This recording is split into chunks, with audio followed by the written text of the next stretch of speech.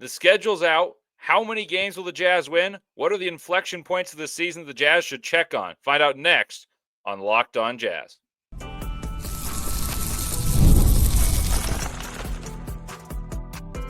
You are Locked On Jazz, your daily podcast on the Utah Jazz. Part of the Locked On Podcast Network, your team every day. Hello and welcome into Locked On Jazz. I'm Leif Thulin with you guys here. Excited to be filling in for David Locke throughout the month of August on Locked On Jazz. As most of you guys know by now, I'm a lifelong Jazz fan, credentialed NBA draft analyst, attendee of the 2023 and 2024 NBA Combines, Jazz broadcast assistant and statistician, lover of college hoops. So I'll make sure to keep you guys informed of what you need to know about your Utah Jazz as the schedule's released. I'll give you my predictions today on how many games the Jazz win and much, much more. Thank you guys for making Locked On Jazz your first listen each and every day. Remember, Locked On Jazz is free and available on all platforms, including YouTube at Locked On Jazz, where the best way to help us grow is to comment anything below. And today's question is, what do you think the Jazz record will end up being? And what are you looking for most closely? Answer any of those, and I'll be telling you guys what I think. The title episode today, the title sponsor for today's episode is brought to you by Monarch Money. So take control of your finances with Monarch Money. Use code LOCKEDONNBA at Monarch Money for 50% off your first year. And today on the show, like I said, I'll go through the schedule, go through my expectations for the Jazz, give checkpoints where I want to check on different things that I think can be achieved by this team and by certain individuals. And lastly, I'll rank the players with the most improved this season. So let's dive right in. The Jazz schedule's out at long last. So get your tickets and see the beloved Jazz in awesome new uniforms. I know I will, and I'll be at games. And there's some that are really interesting because I want to see the youthful core against the best of the best. But last season, I did a little preview of the season because the Jazz were projected 27.5 wins. And I told Jazz fans in my preview, the everydayers may remember this, that I expect over 60 losses, and there were 65 of them. I thought that was easy. I think I projected the Jazz to win 18 games last year. They won 17. So we're pretty close on that one. I'm going to go through month by month once more, and I'm going to point to what I expect, the ebbs and flows of the season, just kind of how the season will progress. And for the fifth consecutive year, the Jazz will begin with a regular season in familiar confines of the Delta Center. And this year's opening night comes against the Clippers, so John Collins' return. The Jazz play 3 games in the month of October, 3 home games in the month of October. And my bold prediction is that the Jazz win 3 of their first 5 games of the season. And people will be like, oh, are we going to be good again? So I'm going to go, the Jazz go 3-2 in October. I think the Jazz will win 2 of their first 3 home games and maybe can steal a game versus Phoenix in the NBA Cup that's on the road. And maybe the home opener against the Clippers. I don't think we're going to win the road game against the Kings, but who knows? It's not the most daunting task yet. In November, the season really begins. The Jazz begin on the East Coast and then welcome playoff teams into the Delta Center. So expect a very rough November. I don't see any, hey, we should win this game type of games in this, but I still seeing a few games. I see us stealing a few games that basically are, hey, this team has played a back-to-back, or we're at home, they're missing a crucial player. I just don't see any of the games that line up as obvious that the Jazz should win, and there won't be many the entire season. So I think the Jazz, the way I've projected this is I see the Jazz stealing a game against the Kings in the home game of the NBA Cup action and maybe earning a win at home against Chicago. But that's pretty much it because there are a lot of good basketball teams that'll be motivated to get off to a good start. And the Jazz, I just don't think are going to be that good. They're not going to intentionally manipulate games, as I said. I just don't think we're very good. That puts us at 2-12 in November, per my estimations, and that's 5-14 overall. So I'm going to keep you on track here. In December, the Jazz host 7 teams, and 6 of whom I expect to be in the playoffs, and all 7 were in playoff action last season. And they play 4 road games, 3 of which versus teams that I expect to be in the playoffs. So with that said, there's a lot of good basketball teams that the Jazz will be facing. And with all that said, I have the Jazz winning 1 home game against the Magic. I just chose a team that I thought could be vulnerable in terms of play style. They play slowly. They're not particularly offensively efficient, at least haven't been in years past. And I think they'll win a road game against the Brooklyn Nets. That puts us at 2-9 in December. For those of you keeping track at home, that's 7-23. December is a funky month because there are going to be added games to the schedule because this math ends up at 80 games. And I was like, what on earth am I doing wrong? Because there's supposed to be 82 games. There'll be 2 games added to December. So now on to January, where the Jazz sit at 7-23 through 3 months of the season. And this is where I expect lineup rotations to switch. And we'll talk about that in the next segment. What I think of Ace Bailey on the ball more. Is there more freedom for Filipowski? Those are some teasers I'm going to talk about and how to monitor those statistically, but also with your eyes in the next segment. I think the Jazz are going to struggle in January once more. The Jazz start with 4 on the road. I think they can win one of those games. It's going to be difficult. I think the Jazz probably split the homestand that they have coming up before likely getting skunked on a 5-game road trip against very, very good teams. And then the Jazz close with 6 in a row at home, and 5 are what I see as playoff teams and 4 playoff locks. So my guess is 2-4 on those 6 games in a row because the Jazz we have a fantastic home crowd due to you guys. So I think that is the most promising stretch, is covering a few games at home that the Jazz aren't supposed to and will not be the betting favorite, but end up winning 2 or 3 of those games. So in some, based on the rough start to that trip on the road to start the month, and then having a difficult close to the season, and this is when I think lineups to get changed. You're going to see some extra minutes with Ace Bailey with the ball in his hands.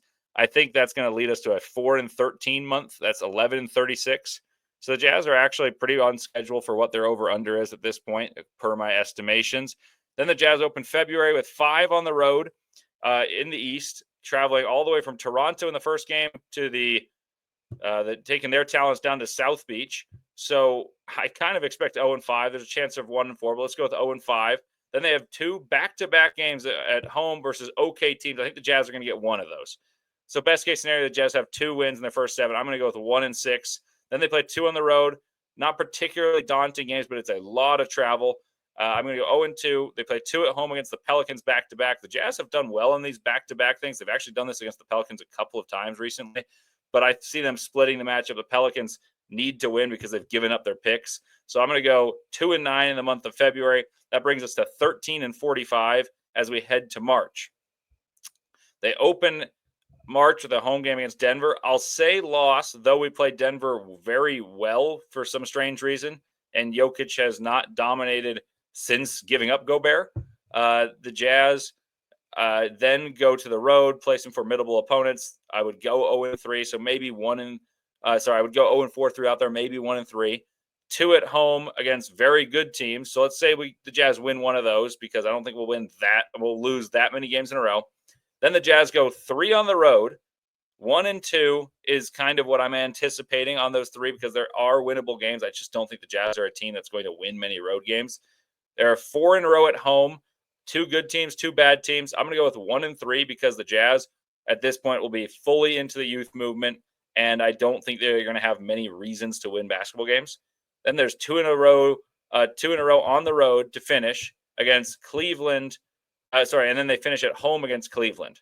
So I'm going to go with a 0-3 finish to that, and that gets you 3-13 for the month of March. That leaves the Jazz at 16-58, and that is just 1 loss, 1 win shy of what the Jazz ended last year. And the Jazz are estimated to be around 16, 17 wins. So I don't think this is crazy, even though it does sound like we're not winning many games. This is pretty realistic. And then we go to April. Denver is likely battling for playoff seeding. I think we probably lose that one. Then we play 3 on the road. I expect 0-3 on the road, particularly because I think the Jazz will be in the tank battle. And then we play 1 at home against Memphis, finish against the Lakers in playoff seeding desperation mode. Best case scenario in this is 2-4. I'm going to go with 1-5. That leaves the Jazz at 17-63, and that has 2 games to be announced. I was doing my math. I was like, 17-63 does not equal 82. I must have done this wrong. Checked it a bunch of times, and there are 2 games that I wasn't paying attention closely enough to the schedule that will be announced later in December, depending on how the Jazz perform in the NBA Cup. So let's go 17-65 again, and they could maybe win 1 more, go 1-1 of those 2. But I'm going to go 17-65. I think that's a safe projection. I think that's very close to the over-under. Vegas typically isn't too far off. Last year it was a very obvious under, in my opinion. And this year, I think 17-65 puts the Jazz in the possibility to get a AJ Dybantsa, Darren Peterson, Cam Boozer, one of those guys. So that's what I think is going to happen throughout the year. Let me know your guys' thoughts. What do you think the record's going to be? Am I way off base with how the season begins, how the season ends, and what are you looking forward to in seeing a 17-65 season? Whether we go 20-62 or 17-65, effectively it's the same thing. What are the things you're most looking forward to? And I'm going to tell you mine next. I'm going to point out inflection points of the season where I'll be checking at those points, those junctures of the season, the three things that have happened that will direct this season as a success or not, because we're not going to win a lot of games. So those things matter a lot to me. All that and more coming up next on Locked On Jazz.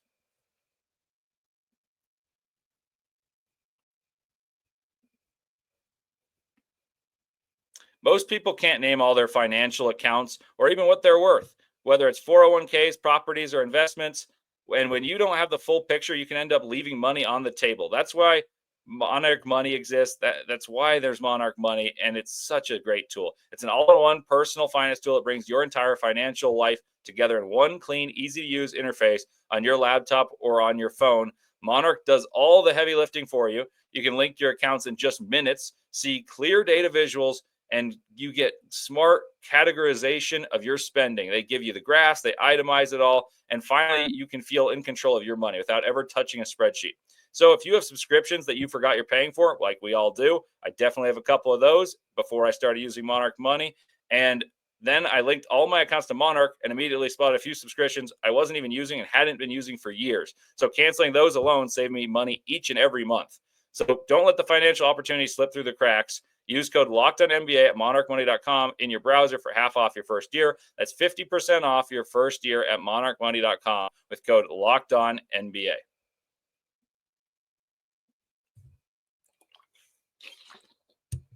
Welcome back into Locked On Jazz. Leif Thulin with you here. And I'll be watching for these three things in particular for the Jazz, and here is when I will check on them. January 1st, I will be very, very curious at what the Jazz roster looks like, but the minute distribution looks like. Most importantly, for the player I'm most excited to watch this season, Ace Bailey. I'll check on Ace Bailey's stats, of course. I'll be following throughout the season. But on January 1st, I will be checking to see how he performs, especially in the shots per game department. And I'll take mental notes on what I expect from Ace heading towards the rest of the year, because this is when I anticipate his role will grow. I've mentioned that I think he's going to play off the ball. I think he's going to play a role similar to that of Tobias Harris. Of course, that's on a far better team, the ones that Tobias Harris has played, whether the Pistons or the 76ers, or even back to his days in the Magic.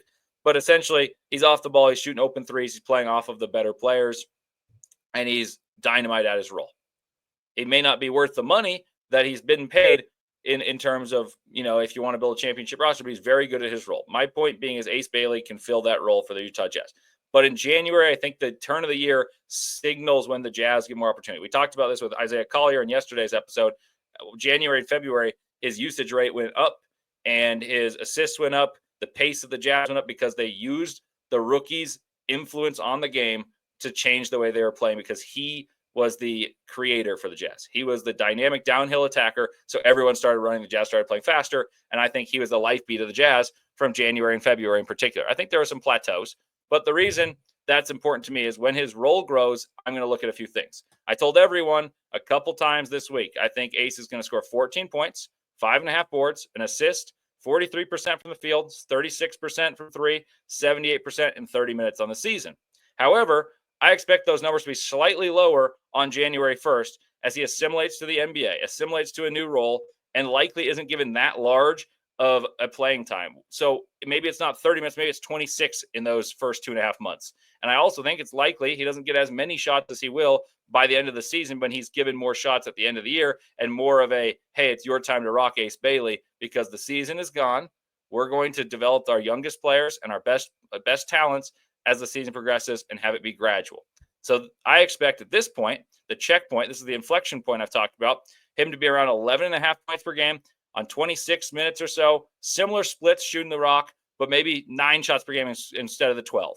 So I'll be keeping a keen eye on when Ace is perpetuated into the limelight as the guy for the lineup, and whether it's the starting lineup or if he's the guy in a staggered rotation and it's clear that he's the number one option. I want to see how his role changes and when the ball's put in his hands, if it is different. So that's something I'm going to be keeping a keen eye on that you can't statistically justify. But if you look at the minutes and who he's playing with, you can look at it. And I think it'll be more frequent that he will have the ball in his hands later in the season. So I'll be checking on that closely. And I actually think it'll be pretty similar, at least not too dissimilar from what Keyonte's role was his rookie year. After January, his rookie year, he was given the reins more and more. And after January 1st, his numbers were bigger. And so for Ace, I expect his after January 1st numbers to be 16 points per game on 12 and a half shots as opposed to 11 and a half on 9. I think that's very possible. Comfortability and opportunity. The second thing I'll be monitoring is Lauri Markkanen. Is he going to be on the Utah Jazz roster? And how hot are the rumors? Because the Jazz will be in the running for the number 1 pick. And can a team like the Warriors, who are trying to be opportunistic and believe this is the last hurrah with Steph Curry and Draymond Green, can they make a rash deal in the short term to keep the Curry windows, just crack it slightly ajar? And I think it seems possible. I think it's a plausible scenario. So I'll be listening to the rumors from mid-December onward. But of course, mid-February is this checkpoint when the truth comes out here. I will be curious if Lauri also ups his stock by reestablishing himself as a more valuable commodity this season than what I would say he was last year after a disappointing season where his efficiency dipped, he was banged up, and thus the rumors, if he does have a better season, will be more frequent, and thus the Jazz would get a higher and more valuable trade package. You'd hope, and at least in that case, because I think that teams were trying to lowball the Jazz didn't bite. But maybe if a team sees Lauri Markkanen put up, 24 points per game this season instead of 18, 19, he becomes someone that they have to give a better package to. And maybe it lures the Jazz into making a deal rather than being lowballed. So lastly, that's the second thing. That one I know is you're just going to see how Lauri's playing. If he's playing fantastically, doubt the Jazz trade him. However, the interest will certainly be there for some of these teams looking for a championship. The last thing I want to see is how many games Kyle Filipowski starts for the Jazz when the team is fully healthy, or better said, when Taylor Hendricks is back and not restricted whatsoever from his injury. So Hendricks is the main contender at the starting power forward spot with Filipowski. He's the guy that I think will be given the starting spot when healthy because it gives a balanced out feel to the lineup. But I want to see what lineups perform the most successfully, whether it's starters, whether it's one substitution in, and where Kyle Filipowski is on those type of lineups. That's something David Locke's great at. He keeps all these guys have played such and such amount of minutes together. I'm going to hedge a bet that says Kyle Filipowski's offensive lineup is going to be the best offensive lineup. Something he's in. The defensive lineup's probably not so good. And maybe if you look at the net, maybe the offensive gain is going to be greater than the defensive woe. That's kind of my hunch. I mentioned if Hendricks is healthy, I expect him to get the nod. But I told you guys, I think I'd start Filipowski to see exactly what the Jazz have. And I'll see the date Hendricks comes back. And the minutes seem to represent the minutes that will be his when fully healthy. As soon as that day happens, I'll continue to watch the comfortability of Hendricks, of course. But I will see, hey, this guy's back. And then I'm going to check the starting lineups and see who's at the 4. And then also check Filipowski's usage rate in those various lineups. As he's a player, I think that has more of a chance to get a larger rope this season and tinker to see what the Jazz have exactly in a guy like Kyle Filipowski that is a more rare player than most teams possess. You don't have a guy who's 7 foot, as skillful, someone who can dribble and pass and not see what they possess, especially in a season that doesn't have too much of a weight on it. Like, Jazz don't anticipate being good. So I think that's something I'll be checking, the usage rate and the offensive on-off numbers for Kyle Filipowski, especially when Taylor Hendricks is back healthy, and I'll be comparing and contrasting the two. So last segment coming up, I'll be talking about 3 players with a ton to prove, and I'm going to rank them out. But I also think it's interesting to say what they're going to prove and what the things that you should watch for them to try to prove to Jazz fans. Because, of course, we're going to be skeptical of, Cody Williams didn't play very well last year. But I've got a different spin on how he can prove himself to Jazz fans as opposed to just shooting the ball better. All that and more coming up next on Locked On Jazz.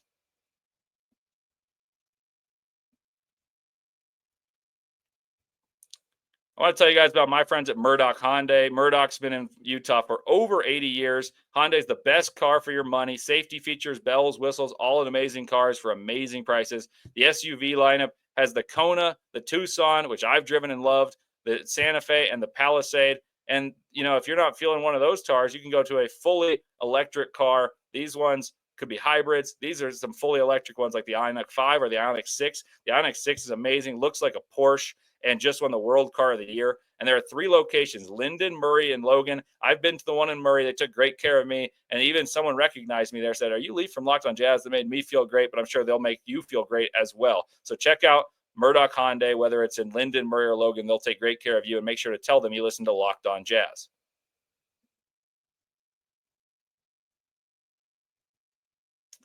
All righty, last segment. Leif Thulin with you here, filling in for David Locke on Locked On Jazz. The first player to me with a ton to prove is Taylor Hendricks, as he has a pathway to show his versatility and a rare body frame that the Jazz have sorely lacked for years and sorely lack on this roster. And the expectations will actually be fairly low considering he's coming off of a gruesome injury. And I think he can put in a lot of work out of the spotlight, as opposed to a lot of these younger players are going to be put under a lot of scrutiny. What he has to prove is not that he's a fantastic player with the ball in his hands. What he has to prove is he's that guy who can be the defender of the team. Yes, Walker Kessler is going to be the guy who's known for defense because he's blocking shots. But what the Jazz have lacked is not a shot blocker. They've lacked someone who can shut off the water for the best player on the other team. Chris Dunn did it for a bit, but the Jazz need a lengthy wing defender. Like what the Jazz could have done for a guy who killed them, like Terrence Mann. What they would have done for Jaden McDaniels. And this is why Taylor Hendricks has the most to prove to me, because the Jazz have lacked that archetype for so long. If he can ink his name as that guy for this team, he'll get that opportunity to be that guy for the teams that are actually winning. And how he can get that run is he can run, rebound, defend, and hopefully shoot pretty well. But shooting's an addition. That's bonus. That's icing on the cake. But the defensive growth on primary scores, guarding the best player on the other team when he's on the floor as his leg heals, will be very important to me in assessing how valuable he is as an asset going forward, as opposed to being a theoretical boost because he's long and athletic. Because he was a rim protector more so than a lateral quick defender, and that's what the Jazz wanted to be in emulating Jaden McDaniels, which is who he watched tons of film on his first 2 years in Utah. The next guy that I think has a ton to prove is a guy who we've seen a lot of, but I feel like has been in more of negative talks as opposed to positive ones, despite plenty of positives shown for his first couple of years of his career. That's Keyonte George. Based on losing Jordan Clarkson, based on losing Colin Sexton, you could even go John Collins, but mostly those guards, he has a clear-cut, defined role and can earn himself money and a trust from the Utah Jazz going forward, or another team, but like hopefully the Utah Jazz, by refining his shot selection and upping his efficiency. And I think he can do so more easily than many. Many will say, oh, he's a chucker. But he has no responsibility to be the distributor. And I think that weighed him down in his first 2 years of trying to balance being the scorer that he's always been and creating for himself while having the burden of trying to create for better and older players. And he's done with that now. Like, he knows he's a point guard. He knows he's a shooting guard. And the point guard attempt was one that I wouldn't say was unsuccessful, but it just didn't end up being the one job that he needs to make his superpower. Will Hardy talks about superpowers. The players who make their way in the NBA and really have a defined role likely have something they're fantastic at, and it's Will Hardy's job to create opportunities for them to be fantastic at it. And for him, it's not playmaking. He tried, he did well. I think there's playmaking upside. He can be someone who can be a secondary initiator and a supplementary distributor. But he's 20. And there's no more excuse of, oh, he's 19, he's 20. And I think he wasn't efficient enough to say this is his role from those years, but now it's his role to just be the scorer. And in the second half of the season, when he played next to Isaiah Collier and he tried to score the rock and he wasn't worrying about distributing, his numbers went up, his efficiency went up, his shots per game went up, and his assists went up too. So I think he does. The question really is, does he do his scoring efficiently enough to make up for what will always be a deficiency in his bad defense? He's not a big guy. He's not the most athletic guy, and I don't think he's the most engaged defender. So does he score well enough like Lou Williams did, like Jamal Crawford did, to make up for what will be a deficiency throughout his career as a bad defender at a 2-guard? I expect Keyonte to up his efficiency slightly, score maybe 18 and a half, 19 points a game, and should be the second leading scorer on the Jazz this season. And the last one is the one that's obvious. It's Cody Williams. Can Cody prove he's a lockdown defender to compensate for the poor shooting that we became accustomed to? And I hope he improves, and he has to improve because he was a 7th percentile shooter on open catch and shoot threes, shooting just over 23%. Like, that's really, really bad, but that's not going to last. So he's going to improve, but how much can he improve there? But really, that's not my question. Like I said earlier, he had yips. His confidence was gone, absolutely shot. But how high can his confidence get is one question. How much can he cultivate confidence by going out there and doing other things well to eventually make himself believe, hey, I belong as a scorer? He had good moments in Summer League. He got to his spots. He still didn't look like a sniper to me, but he knocked down a couple threes. But he looked the part of a, hey, he's played pro basketball for, calm, got to his spots. But to me, Cody Williams, the pathway to earning a spot on the Jazz in the future, on the contending teams for the Jazz that I hope are coming shortly, is it starts right now as owning his spot on the team as the defensive hound. It starts as being prideful and almost exuberantly excited about being the defensive guy.